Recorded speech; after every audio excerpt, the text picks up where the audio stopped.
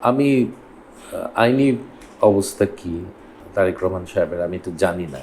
কিন্তু বেগম জিয়াকে যে মুক্তি দেওয়া হয়েছে আমি এ ব্যাপারে খুবই আমি আশাবাদী ভবিষ্যতের জন্যে। ওনার মতো একজন সৎ, সাহসী একটা মানুষ একদিন আবার বাংলাদেশের রাষ্ট্রপ্রধান হবেন, সরকার প্রধান হবেন, এটা আমি আশা করতে পারি। আগামী নির্বাচনটা কেমন হবে আপনার মনে হয়? আগামী নির্বাচনকে সুষ্ঠু হতেই হবে, নাহলে জনগণ এটা মানবে না। কেউ এই ধরনের আওয়ামী লীগ যা করেছে আর কেউ ভবিষ্যতে করার মতো সাহস আর পাবে না। এটাই হলো ছাত্রদের সবচেয়ে বড় তাদের যেটা পেয়েছে তারা, তাদের এই আন্দোলনের ফলাফল হলো যে ভবিষ্যতে কোনো স্বৈরাচার এই ধরনের আচরণ জনগণের সাথে করতে সাহস করবে না। অন্তর্বর্তীকালীন সরকারের মেয়াদ নিয়ে মানুষের শঙ্কা রয়েছে বটে, কিন্তু মানুষ এটা প্রত্যাশা করছে আগামী নির্বাচন মানুষ ভোট উপভোগ করে দিবে। আপনার কি মনে হয়? আমার এই ব্যাপারে আমার কোনো ভিউ নেই।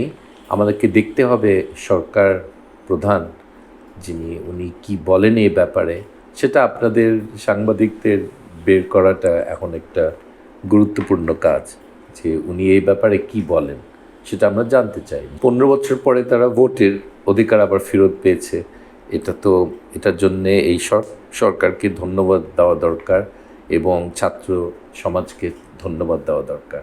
তারা মানুষের বেসিক একটা মৌলিক একটা অধিকার প্রতিবাদ করার এবং ভোট দেওয়ার, এই দুইটা তারা আবার নিশ্চিত করেছে। আগামীর বাংলাদেশটা কোন দিকে যাবে? এটা সেই দলের নেতারাই তারা বলবে, তারা যদি ক্ষমতায় যায় ওনারা কিভাবে দেশ পরিচালনা করবেন। কিন্তু আওয়ামী লীগ যে ভুলগুলি করেছে আমি শিওর এই একই ভুল তারা করতে চাইবে না, পারবেও না। সো এটা অন্যরকম সরকার হতেই হবে, কারণ জনগণ একবার জাগ্রত হলে কি করতে পারে এই ছাত্র সমাজ এবং আমাদের জনগণ এইবার বুঝিয়ে দিয়েছে।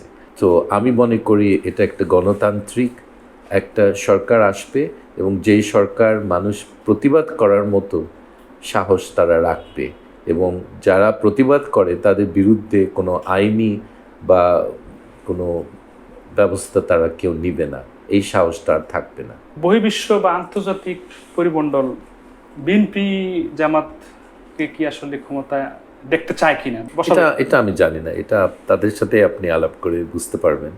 এই ব্যাপারে আমার বাংলাদেশের জনগণ যা চায় সেটাই হবে, সেটাই বেশি গুরুত্বপূর্ণ। বাইরের দেশ, আমাদের পার্শ্ববর্তী দেশ বা আমেরিকা বা ইউরোপ বা জাতিসংঘ কী চায় সেটা অত গুরুত্বপূর্ণ না, সেটাও আমরা জানতে পারলে ভালো হতো। কিন্তু আসল কথা হলো আমাদের জনগণ কী চায় সেটাই হবে এদেশে। সাবেক প্রধানমন্ত্রী শেখ হাসিনাকে রাজনৈতিক আশ্রয় ভারত দিচ্ছে না, দিবে না বলছে। তারা আসলে কি চায়, বা বাংলাদেশের রাজনীতি নিয়ে, আগামী নির্বাচন নিয়ে, বিএনপি জামাত নিয়ে কি ভাবছে? ভারতের তো আমি জানি না, আপনি তো ভারতীয়দেরকে জিজ্ঞেস করেন তারা কি চায়। আমি মনে করি যে ওদের পররাষ্ট্রমন্ত্রী পতনের বোধহয় 2 দিন আগে একটা কড়া মন্তব্য দিয়েছিলেন সরকার, শেখ হাসিনার সরকারের পক্ষে।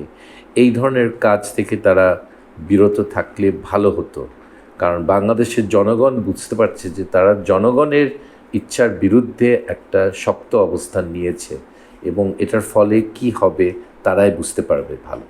আগামী নির্বাচন সুষ্ঠু হতে কি ভারত কোনো প্রতিবন্ধক হতে পারে কিনা, বা তারা কোনো প্রভাব বিস্তার করতে পারে কিনা? চেষ্টা চলবে, কিন্তু আমাদেরকে এটা প্রতিহত করার জন্যেও আমাদের শক্তি আছে, মানসিকতা আছে এবং আমাদের যারা এখন ক্ষমতায় আছেন তারা এই ব্যাপারে সচেতন আছেন। সো এটা খুব সহজে ভারত করতে পারবে না চেষ্টা করলেও।